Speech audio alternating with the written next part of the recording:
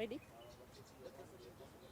That the aggregation of the percentages of the results scored by the 4 presidential candidates who were on the ballot as declared by Mr. Chebukati presented to us a mathematical absurdity that defies logic. Take notice that Mr. Chebukati's aggregation was as follows: Raila Odinga 48.85%, William Ruto 50.49, Waiga Maure 0.27, Wajakoya George 0.44. This summation gives us a total of 100.01%.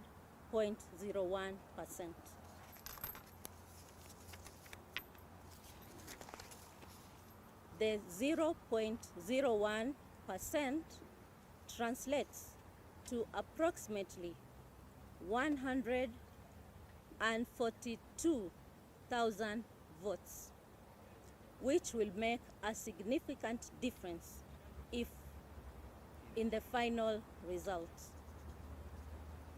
We therefore decline to take ownership of the said results because the aggregation resulted in a total exceeding the percentage of 100, which cast doubt on the accuracy of the source of the figures tallied, and when we demanded that we verify our record, the chairman declined, overruled us, and insisted on declaring and announcing the said results. That, number 2, contrary to the Constitution and legislation, the results declared and announced did not indicate the total number of registered voters, the total number of votes cast, or the number of rejected votes, if any. In this regard, the results announced by Mr. Chebukati lacked a critical ingredient, namely the total number of valid votes cast to support the percentages scored by the 4 candidates. Unless demonstrated otherwise, we all know that the percentage is essentially a fraction of a whole number. Hence, if, for example, the 7.17 million valid votes cast in favor of the winning candidate, as declared and announced by Mr. Chebukati, translates to 50.49%, then it was 50.49 of what? Further, take notice that Mr. Chebukati claimed that Raila Odinga attained 25% of votes in 34 counties, while William Ruto attained 25% in 39 counties. The question is, which figures in the 34 and 39 counties respectively constituted the independent variable to warrant the conclusion of 25% in 34 counties and 25% in the 39 counties for Raila and Ruto respectively? In the absence of a credible and verifiable explanation, we concluded that the process that went into generation of Form 34C, which he used to declare results of the presidential election, was opaque and incapable of earning our ownership and confidence. Number 3, guided by the authority of Minor Kiai case, petition number 106 of 2016, as upheld by the Court of Appeal in Civil Appeal number 105 of 2017, and affirmed by the Supreme Court of Kenya, we state categorically that the results of the presidential election held in August 9, 2022, declared and announced by Mr. Wafula Chebukati on August 15, 2022, belonged to himself and do not represent the declaration and announcement by Independent Electoral and Boundaries Commission. The Commission has to process the results before they are declared and announced by the chairperson. For the avoidance of doubt, let me quote the Maina Kiai case. It says, "We reiterate as we conclude that there is no doubt from the architect of the law, we have considered that the people of Kenya did not intend to vest or concentrate such sweeping and boundless powers in one individual, the chairperson of the appellant. The emphasis is that the Commission's chairperson has conducted the election as though he is the National Returning Officer, a non-existent role, and his role in declaring results that were not approved by plenary by all 7 commissioners renders the results unconstitutional to the extent that this is his own results as opposed to those of IEBC. In keeping to Article 138(2) of the Constitution, there is no national presidential election in Kenya, but rather the presidential election is held in each constituency.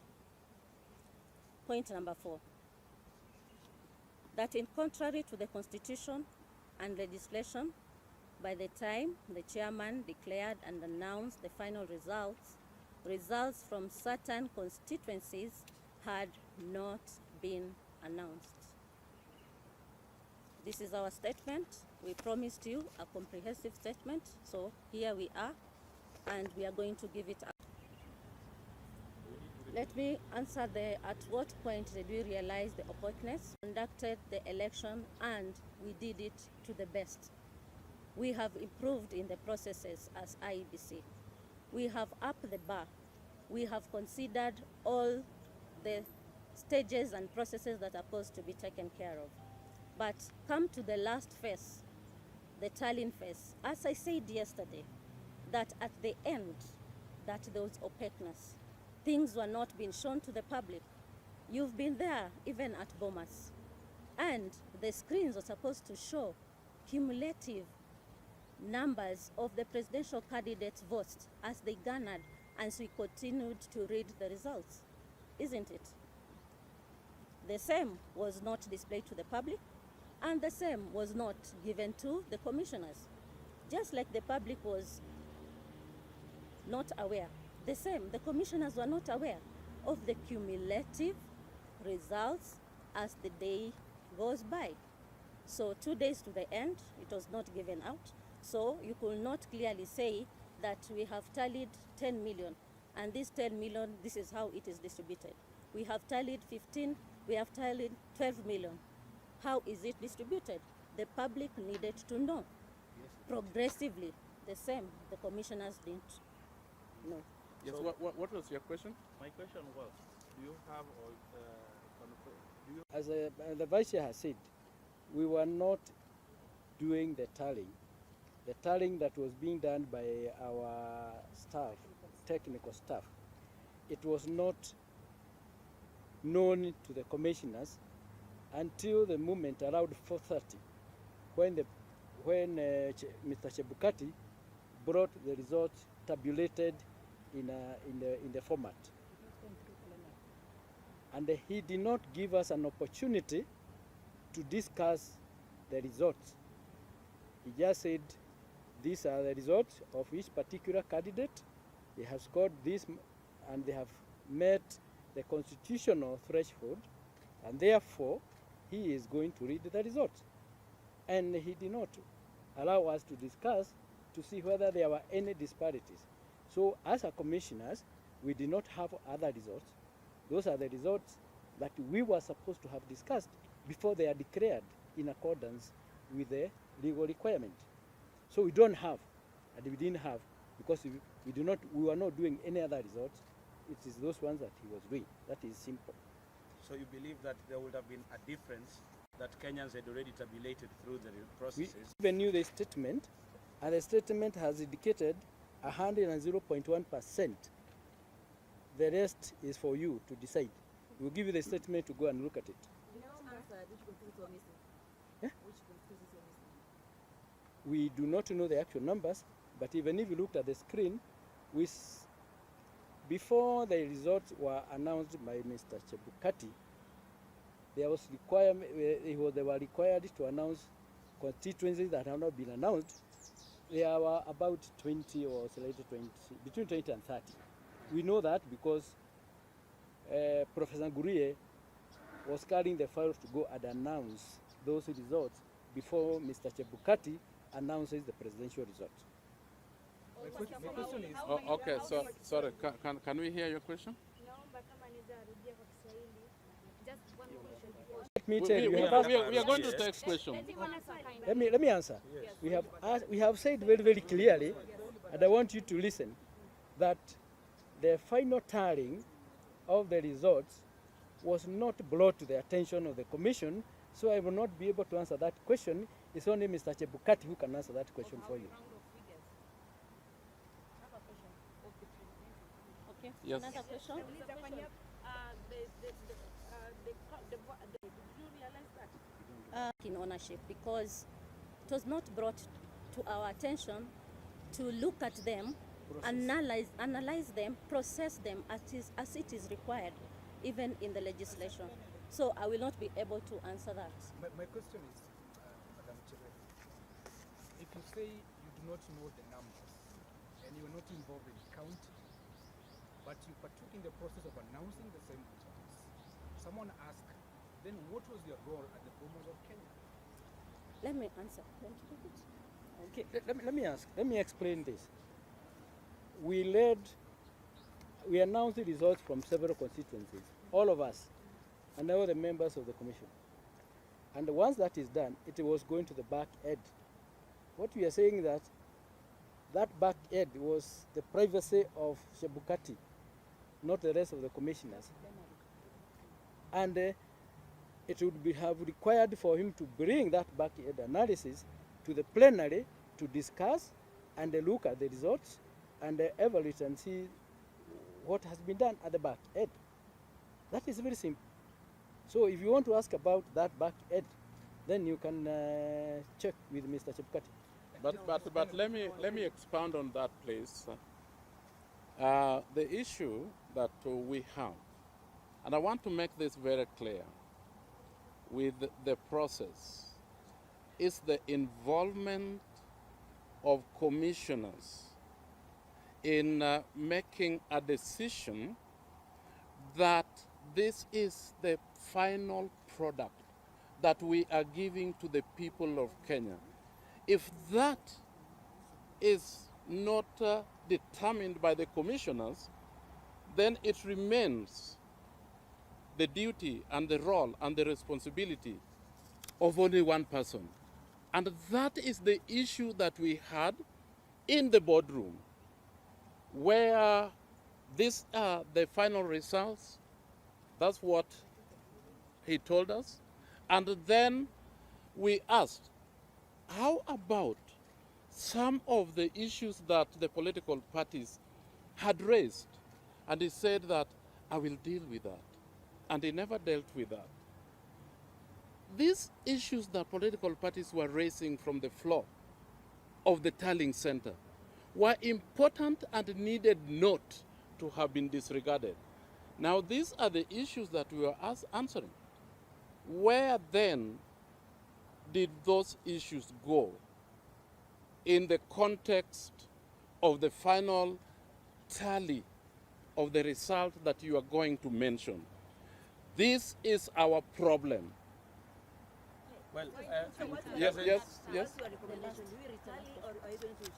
Mandate to declare is in the role of the chair of the commission. Yes, but before they are declared, they are processed. And we are saying that we did not process. And that's why they come out with glaring mistakes, and we don't take ownership of the same. Thank you. Those are options. Swahili. No. So, nauliza kwa nini ueleze sababu zako za kupinga matokeo ya rais kwa Kiswahili tafadhali. Kupatie Naomba kwa Kiswahili kwa kifupi. Na pia kwa nini mnasema Uliza kwa Kiswahili. wacha tu niseme tu wacha tu niseme tu ile hoja moja kwamba katika ile tarakimu ambazo zimetolewa yale mahesabu hayaingiani. Ni vipi unaweza kusema umepata 100.01? Sote tulienda shule na tukiangalia 0.01, ukiangalia katika valid votes, hiyo ni kura 1140. Hizo kura tukiangalia jinsi mchakato umeendelea, ni kura nyingi sana ambazo zinaweza kuleta tofauti. Sasa sisi tumesema yale makosa kama hayo hatukuhusishwa, kwa hivyo Okay. Thank you very much. Opaqueness continues.